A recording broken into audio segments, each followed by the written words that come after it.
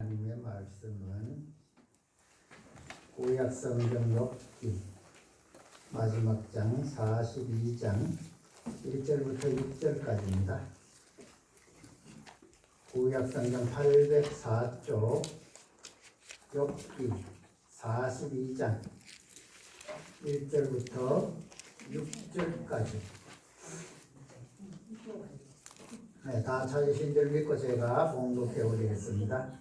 욥이 여호와께 대답하여 이르되 주께서는 못하실 일이 없사오며 무슨 계획이든지 못 이루실 것이 없는 줄 아오니 무지한 말로 이치를 가리는 자가 누구니까. 나는 깨닫지도 못한 일을 말하였고 스스로 알 수도 없고 헤아리기도 어려운 일을 말하였나이다. 내가 말하겠사오니 주는 들으시고 내가 주께 묻겠사오니 주여 내게 알게 하옵소서. 내가 주께 대하여 귀로 듣기만 하였사오나 이제는 눈으로 주를 배옵나이다. 그러므로 내가 스스로 거두어 드리고 티끌과 제 가운데서 회개하나이다. 아멘. 이 시간 할렐루야 찬양대 테너와 베이스파 주일에 하나님께서 우리에게 크신 은혜와 사랑으로 함께 하시고 더 풍성한 것을 부어주실 줄 믿습니다. 오늘도 하나님의 사랑이 우리 걸음걸음마다 또 가정마다 우리 사는 그 삶의 자리에 늘 넘치도록 부어주는 하나님의 은혜가 있을 줄 믿고 우리 앞뒤 좌우로 인사합니다. 사랑합니다. 축복합니다.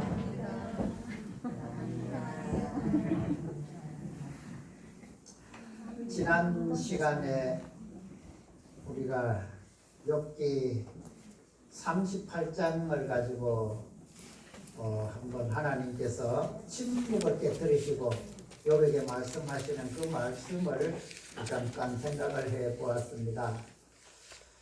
38절부터 41절까지는 이제 하나님께서 하나님됨을 나타내시는 거예요. 그동안 욥이 겪는 모든 이 고난을 곁에서 다 지켜보셨지만 하나님은 그 많은 시간들을 다 침묵하시고 그렇게 기다리시다가 드디어 이제 입을 여셨지요. 그러면서 욥에게 묻습니다. 내가 이 천지를 지을 때 어떻게 지어졌는지를 아느냐? 저 날아다니는 새와 또 물고기와 들짐승들을 어떻게 살아가고 있는지를 아느냐? 누가 기르느냐? 그 이야기가 38장부터 시작해서 41장까지 계속 이어집니다. 이 길게 하신 하나님의 말씀은 나는 하나님이야 라는 한마디입니다. 우리는 하나님을 조금은 우리의 생각 안에서 이해를 하려고 해요. 우리가 아는 만큼 하나님을 이해를 하려고 하니까 정말 하나님의 모습은 볼 수가 없고 그저 내가 아는 하나님, 우리가 흔히 하는 말로 장님이 코끼리를 만진다 하잖아요.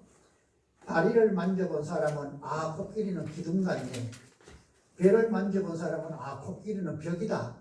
이렇게 이제 만진 부분마다 다르니까 우리가 하나님을 생각할 때 그렇게 하나님을 생각할 수 있다는 것이지. 그 생각을 깨뜨리는 것이 바로 38장부터 41장까지 나오는 그 하나님의 말씀. 이 이야기를 다 들은 이 욥이 오늘 고백을 하잖아요. 내가 전에는 하나님을 귀로 들었다. 말로 누가 전해주는 이야기로 내 생각으로 하나님을 알았다는 것이지. 그런데 욥의 고백이 그렇습니다. 이제는 내가 눈으로 여호와를 보나이다. 눈으로 이제 하나님을 밝히 보는 것처럼 이 말씀을 통하여서 욥에게 그 눈을 열어주신 것이 오늘 본문입니다.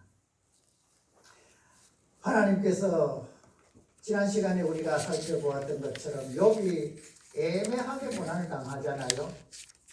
욥은 동방의 큰 부자였고 그 큰 부자가 하루아침에 재산 다 잃고 그 10남매의 아들, 딸을 한자리에서 잃고 자신의 몸도 만신창이가 되는 악창이 걸려서 정말 이 죽음보다도 더 힘든 시간을 견뎌오면서 아마 욥의 그 세 친구가 아니었으면 욥은 그 어려운 시간을 못 이겨냈을 겁니다.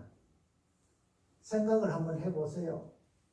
이 자녀를 잃은 슬픔만 해도 감당이 안 되는데 자기 몸을 이 기왓장 사금팔이 질그릇 깨진 그런 조각 가지고 막 벅벅 끓어야 그래도 잠시 시원한 이런 삶을 살아야 하니까 차라리 죽는 것이 더 안 편하겠어요. 그런데 욥은 죽지도 못합니다. 왜요? 욥의 세 친구가 딱 나타나가지고 너는 하나님께 뭔가 모르게 너는 모를지 모르지만 하나님이 보실 때 너가 지은 죄가 있을 거야. 그러니까 빨리 그것을 찾아서 회개해야 된다. 이렇게 계속 욥을 이제 조여 들어갑니다. 근데 욥은 그럼 뭐라 그러죠? 나는 하나님 앞에 내가 신실하게 살려고 애를 썼고 나는 내가 삶으로 하나님 앞에 죄 지은 것은 없다. 그것을 하나님이 아신다. 이러면서 변론이 이어진 것이 바로 이 37장까지의 변론이잖아요. 물론 그 나중에는 엘리후라는 그 젊은 청년이 나와서 이제 양쪽을 다 싸잡아서 이제 혼을 내지요. 이 모든 것을 욥이 사실은 그 친구들이 없었으면 그 고난을 이겨낼 수 없다는 겁니다. 우리가 그것을 생각해 보면 정말 나를 아프게 하고 힘들게 하는 우리 형제들, 우리 이웃들이 옆에 있는 것도 축복인 줄 아셔야 됩니다. 왜요? 그 사람 때문에 내가 살아갈 힘을 얻고 정말 그때는 힘들게 하였지만 나중에 걸어와서 보니까 욥이 이제 그 모든 것이 회복되고 보니까 그 친구들이 있어서 그렇게 변론하는 것이 자기가 그의 아픔을 이겨낼 수 있는, 그래도 변론하고 이럴 때는 그 좀 슬픔도 잊어버릴 수가 있고 또 아픔도 좀 덜 생각날 수 있잖아요. 이렇게 해서 아마 욥은 그 고난을 이겨냈을 것이라 생각을 해봅니다. 오늘 하나님께서 이제 욥에게 나타나셔서 이 무지한 말로 이 정말 진리를 떠나게 하는 그런 일을 서슴없이 말하는 사람이 누구냐? 물론 38장에서 하는 이야기는 욥의 세 친구를 두고 하는 이야기일 수 있습니다. 그런데 오늘 42장에서 똑같은 질문을 욥에게 하잖아요. 누가 그렇게 하느냐? 욥은 하나님이 그렇게 묻는 그 물음을 자신이 도로 다시 물어요. 이것은 하나님께 나는 그렇게 하는 사람 누군지 몰라서 하나님 좀 가르쳐 주세요 하는 말이 아니라 내가 그런 사람이었다 하는 고백이지요. 나는 무지한 말로 오늘 본문에 그러지 않습니까? 무지한 말로 이치를 가리는 자, 그가 누구냐? 그가 바로 나라는 거지요. 나는 깨닫지도 못한 일을 말하였고 스스로 알 수도 없고 헤아리기도 어려운 일을 말하였나이다. 정말 알지도 못하면서 그냥 이렇게 생각나는 대로 말하고 살아왔다 하는 고백을 하죠. 욥은 지금까지 이 앞에서의 욥은 나는 하나님 앞에서 거룩했다. 나는 하나님 앞에서 깨끗했다. 나는 하나님이 나의 깨끗함을 보증해 주신다. 이렇게 생각하며 살아왔어요. 그것이 그 세 친구와의 변론이잖아요. 그런데 오늘 이 하나님을 만나고 보니까 내가 정말 무지한 말을 했고 내가 정말 알지 못하는 일을 말하였고 내가 그런 사람이구나 이렇게 고백하게 되는 것이지요. 이런 고백을 하는 욥을 하나님께서 은혜를 주신 것입니다. 욥은 그렇게 말합니다. 내가 이렇게 지금 살아왔으니까 내가 다시 한번 하나님께 묻겠습니다. 4절입니다. 내가 말하겠사오니 주는 들으시고 내가 주께 묻겠사오니 주여 내게 알게 하여 주옵소서.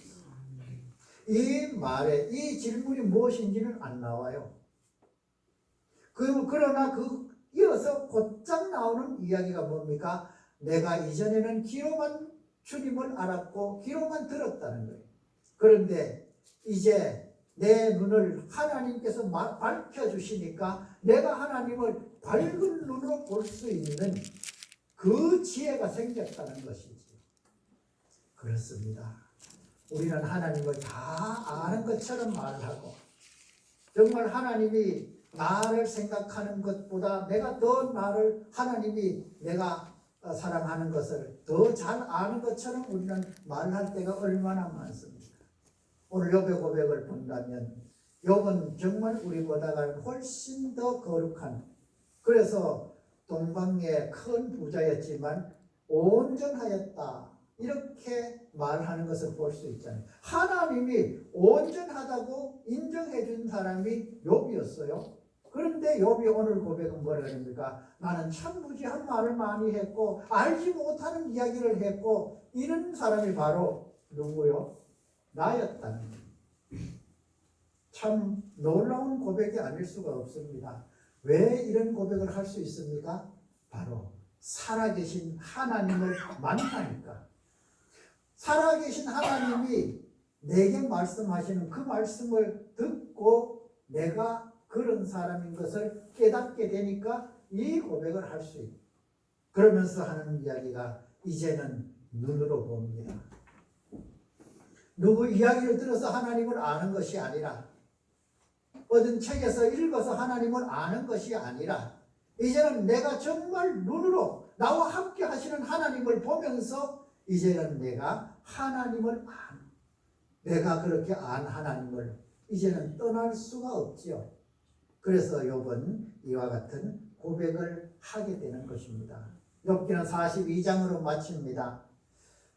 그 앞에서 나오는 이 욥의 고난을 정말 이 한 장 가지고 마쳐버리면 조금 아쉬워요. 그런데 욥이 이 모든 것을 이겨내고 이제 살아계신 하나님을 만난 이후에 하나님이 욥에게 주시는 축복, 오늘 보면은 그렇게 말합니다. 먼저 그 욥의 세 친구에게 이야기를 해요. 너희들은 욥보다가 너희들이 더 거룩한 줄 아느냐?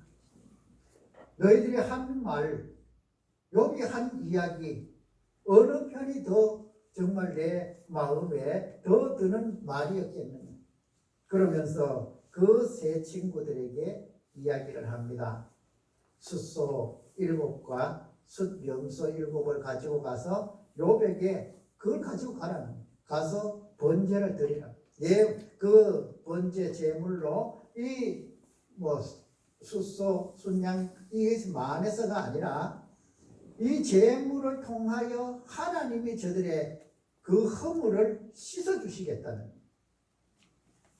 그래서 이 세 친구가 하나님으로부터 받은 말씀 따라서 욥에게 그 제물을 가져가잖아요. 가서 뭔 말을 했겠어요?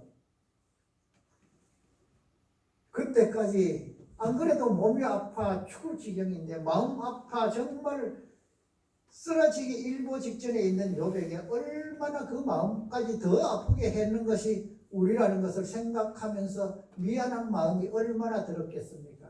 그러면서 그들이 그에게 가서 나를 위하여 우리를 위하여 이 제물로 번제를 좀 드려달라. 욥이 그렇게 번제를 드리고 하나님께 기도할 때에 하나님께서 그들의 죄를 용서해 주셨다, 이렇게 기록을 하고 있는 것을 볼 수가 있습니다.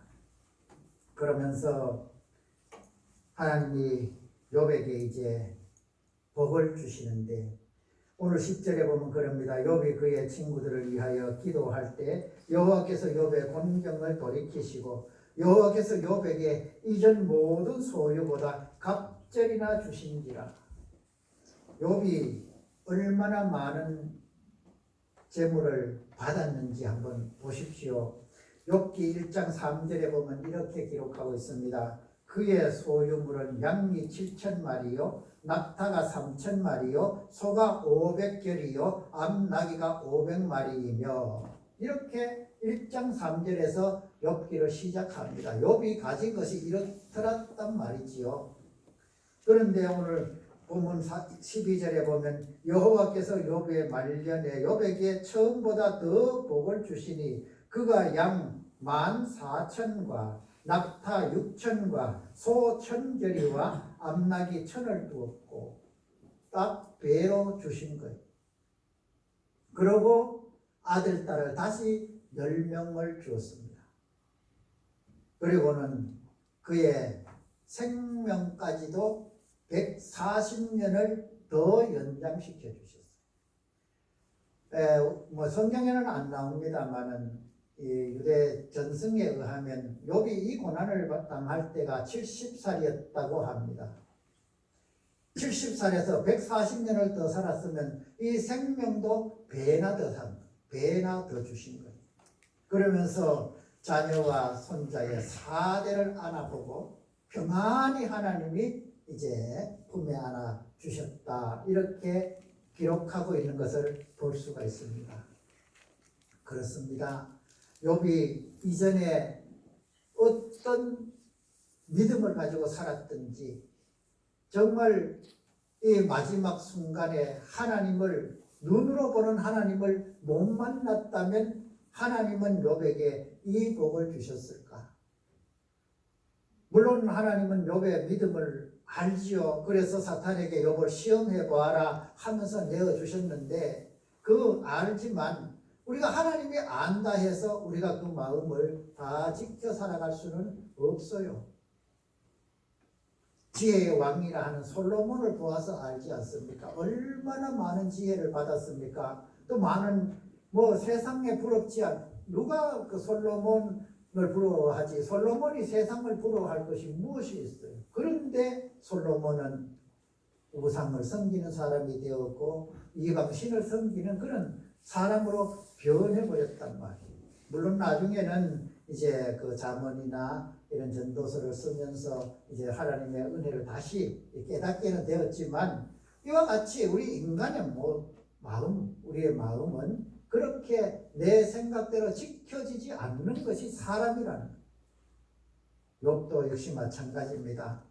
내가 지난 시간 얼마나 어려운 것, 이 얼마나 힘든 시간을 보냈는데 이러면서 원망하고 그렇게 한다면 내가 참 믿음 가지고 살려고 얼마나 발버둥 쳤는데 하나님이 왜 그때 나에게 이 고난을 주셨는지 하면서 원망했다면 아마 하나님은 이 갑절에 복을 주시지 않았을 것이라고 저는 생각을 해봅니다. 오늘 우리가 이 말씀을 통해서 얻을 교훈이 무엇입니까?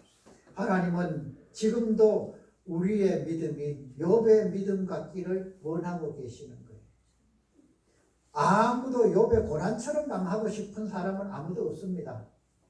하나님도 우리가 그 고난을 겪고 고난을 통해서 욥이 고백한 것처럼 정금같이 되어 나오는 이런 믿음의 그 삶을 하나님이 기뻐하실 수는 있지만 그렇다고 해서 모든 사람이 욥이 겪은 고난 같은 그런 고난을 다 통과해야 된다 하는 것은 아니에요. 그러나 우리의 입술과 우리의 마음은 무엇을 고백해야 됩니까? 오늘 욥이 고백한 것처럼 이제는 내가 귀로 듣는 하나님이 아닌 내 눈으로 보는 하나님을 이제 만나서 그 하나님과 함께 하기를 하나님은 원하고 계십니다. 이 원함은 누구는 그렇게 하기를 바라고 어떤 사람들은 아니기를 원하는 것이 아니에요. 모든 사람들이 왜요? 그렇게 하는 것이 곧 하나님과 함께함의 영광스러운 삶이니까. 그것을 통하여서 하나님은 우리가 잃어버렸던 것에 배나 축복해 주시는, 여기서 배라 해서 우리가 물질에 너무 많은 것을 관심 둘 필요는 없겠지만 그러나 세상 살아가는데 물질도 필요하잖아요. 왜요? 욥이 그 1장에서 보면은 욥은 동방에 정말 큰 부자라고 말하고 있잖아요. 그런데 거기 이어서 온전한 자라는 이 고백을 합니다.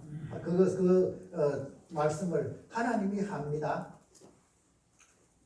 주님께서 제자들에게 한번 하신 말씀이 있습니다. 주님을 찾아왔던 그 부자 청년에게 그렇게 말하지요. 내가 율법 다 지켜 살았어요. 이러면서 그 부자 청년이 주님께 이제 자랑 아닌 자랑을 하지요. 그때 주님이 말합니다. 내게 한 가지 부족한 것이 있다. 그게 뭐냐? 그러니까 너의 소유를 팔아서 이웃에게 나누어 주고 그리고 나를 따르라. 이 말에 그 청년은 근심하면서 돌아갔다. 이렇게 말씀을 하고 있습니다. 그럴 때에 예수님이 제자들에게 말합니다. 부자가 하나님의 나라에 들어가는 것이 낙타가 바늘 끼로 나오는 것보다 더 어렵다. 이때 제자들은 그렇게 말합니다. 그러면 누가 하나님의 나라에 들어갈 수 있습니까? 부자가 하나님의 나라 들어가는 것이 그렇게 어렵단 말이에요. 그게 왜 그렇습니까? 부자는 부자로서의 그 사명이 있어요. 오늘 욥이 동방의 큰 부자였는데 그가 온전한 사람이라고 어떻게 하나님의 인정을 받을 수 있었겠습니까? 자기가 가진 재물을 가지고 이웃의 그 어렵고 힘든 사람들을 돌아보는 긍휼의 삶을 살았다는 것. 물론 기록에는 없어요. 그러나 이 말씀을 미루어 볼 때 그렇게 했던 욥이라는 것을 알 수가 있지요. 이런 욥에게는 하나님은 배로 줘도 무엇이 나타납니까? 하나님의 영광이 나타나지요. 아, 배로 받았으니까 야, 이제 내 창고 좀 더 넓게 짓고 내 영혼아 편히 쉬자 이러는 것이 아니라 더 힘든 이웃이 없는가, 더 내 손에 미쳐야 할 곳이 없는가 돌아보는 그런 욥의 남은 삶을 살지 않았겠습니까? 그렇습니다. 오늘 우리가 하나님은 우리에게 배로 축복해 주시려고 준비하고 계신다는 것을 오늘 이 말씀을 통해서 우리는 알 수 있습니다. 그렇다면 우리는 그 복을 받을 준비가 필요한 거지요. 그 준비는 내가 이웃을 사랑하는 그 사람입니다. 내가 이웃을 사랑하여 내 가진 것으로 저들을 도와주고 내가 가진 것으로 저들의 어려움을 조금 같이 힘이 되어주고 이런 마음으로 나아가면 하나님은 틀림없이 욥에게 주신 배의 축복보다 더 많은 것으로도 우리에게 주실 수 있는 분이 하나님이셔요. 그런 삶을 우리에게 살아갈 수 있도록 오늘 이 말씀을 통해서 우리가 그 은혜를 받고 그런 삶 살아갈 수 있기를 축복합니다. 기도하겠습니다. 거룩하신 하나님, 욥이 모든 어려움을 다 이겨내고 이제는 하나님의 그 하나님됨을 믿음으로 보고 이제는 내가 눈으로 보나이다 고백하는 그 마음속에 하나님은 잃어버렸던 것에서 모든 것을 회복하실 때 배로 더 주신 것을 우리가 생각을 해 보았습니다. 우리 가정, 우리 삶에 하나님의 넘치는 은혜 속에서 우리에게 주신 것을 가지고 하나님의 영광을 위하여 살아가는 우리 모든 삶이 되게 하여 주옵소서. 예수님의 이름으로 기도드리옵나이다. 아멘.